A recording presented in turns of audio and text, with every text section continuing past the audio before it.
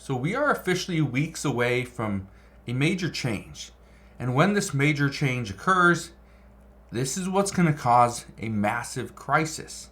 So today I want to give you a warning. I want to explain what's coming. I want to explain what we are about to see. And I want to really explain what it's looking like for us in the future. So all I ask, make sure you stick around for this entire video. But if you could, it takes just 2 seconds. Go ahead, hit that like button. It really does help out the channel. So here's what's coming down in the next couple of weeks. First off, within the next handful of days, we are going to see interest start to accrue for student loan payments. This is something that hasn't happened in about 3 years. So this is something new. We are now going to see interest rates, or interest is going to start to accrue. That means that payments are also coming back.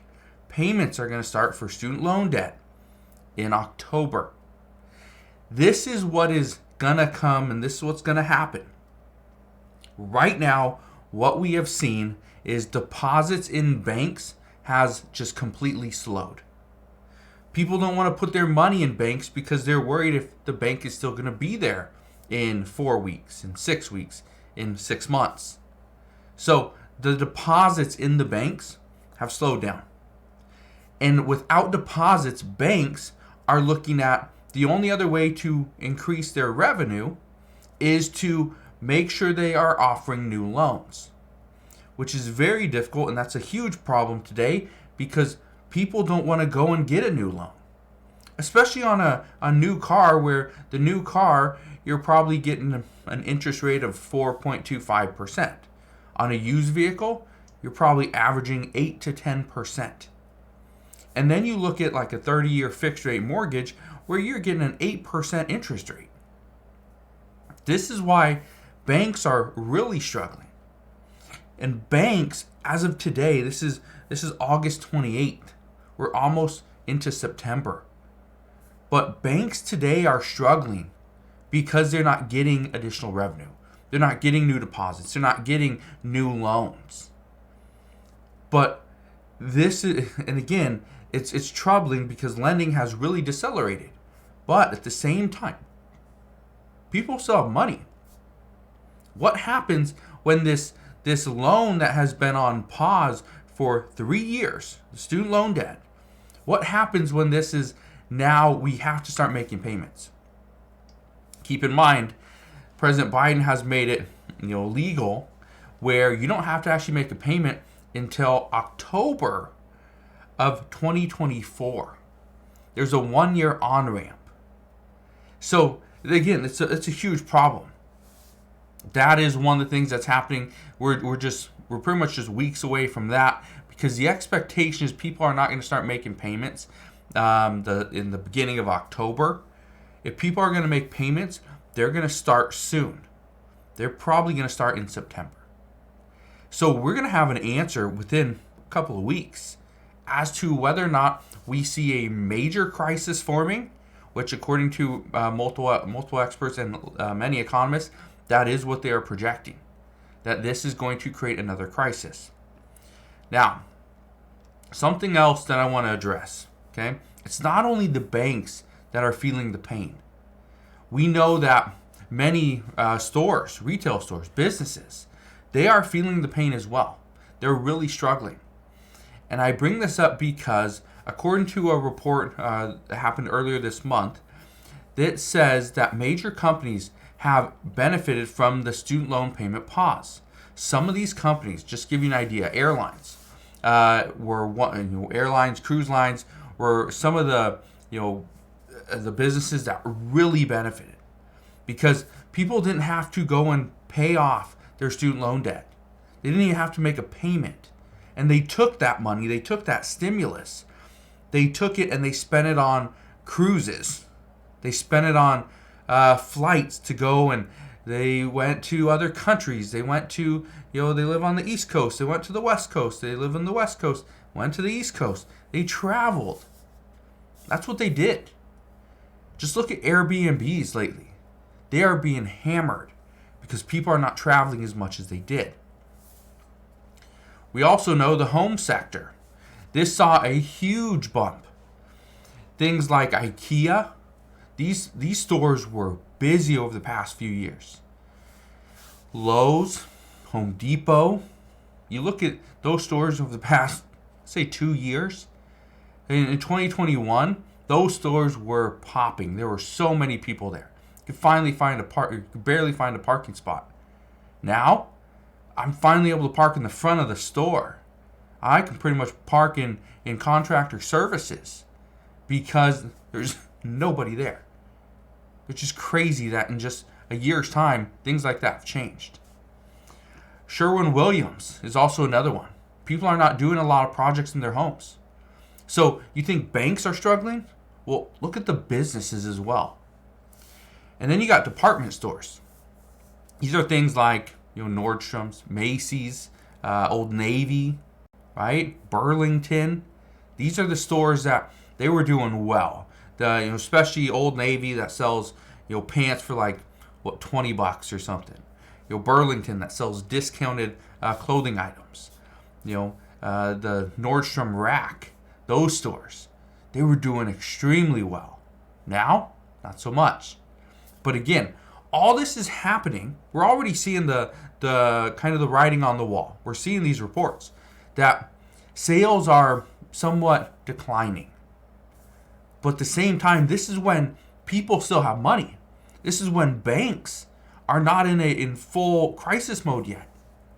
And so the warning I want to give you is that we are just weeks away. Once these student loan borrowers start making payments, if they do, guess what? We could potentially be in a massive crisis. Banks could be struggling. Banks could potentially go out of business. I'm not saying pull all your money out of Chase Bank and Wells Fargo and Bank of America. I'm not saying go and take your money and stick it underneath your mattress or stuff in your pillow. What I'm telling you is banks could struggle. But as the banks struggle, we're also going to see the businesses struggle as well. We're going to see layoffs increase. I talked about this just last week. T-Mobile is going to lay off 5,000 employees. This is a big one. Okay? I have a friend, he used to work at T-Mobile. Well, they shut down the store. Their store got shut down like 4 or 5 months ago. They weren't making much money. And so this is part of the problem. But there's another issue here. And that issue has to do with the banks again, but also consumer spending. Because what happens when you don't have much money and you need that money for your rent or your mortgage or your car payment or whatever? Well, what normally happens is you go to your store and you go and swipe your credit card. And that's how you pay for things. Well, guess what? Many people say, oh, it's just for emergencies. But right now, everything's an emergency.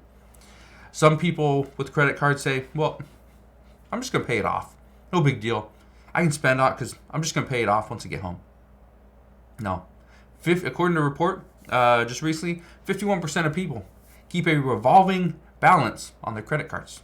They don't pay it off every single month like they say. Okay. So, here's the issue. So they're going to go and put more money on their increase their debt, right? Here's the problem. They can't make the payment.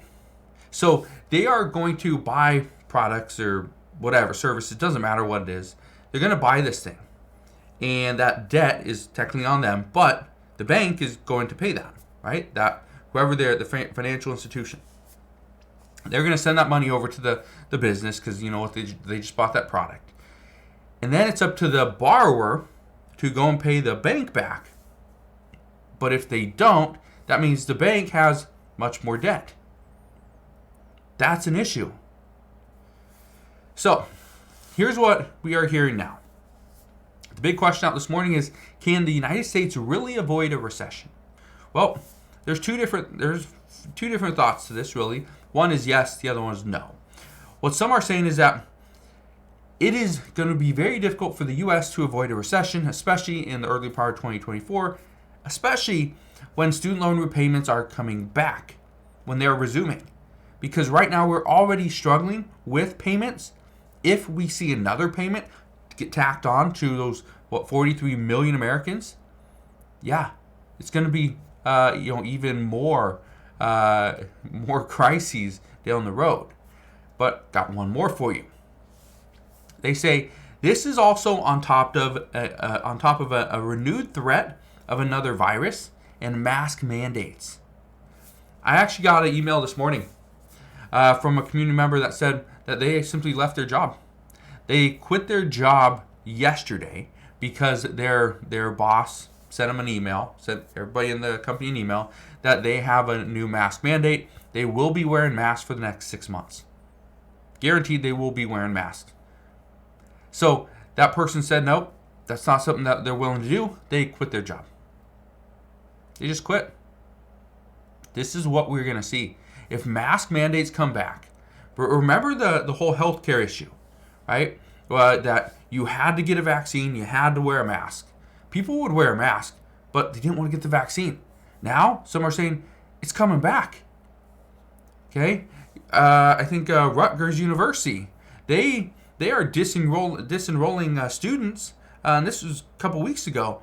They disenrolled a bunch of students simply because they weren't going to follow protocol. They weren't going to follow the rules. So this is what we're about to see. And the only reason I bring this up is because if you as an individual decide, okay, I'm not going to wear a mask for my company, fine, that's up to you. But at the same time, if that is your only income, and now you got to go make credit card payments, student loan payments, a mortgage payment, car payment, you got to put food on the table. If you got to make all those payments yet you don't have an income, how does it actually happen? That's the real concern. And that's why some are saying that we are just weeks away. We are weeks away from multiple crises coming pretty much to the forefront.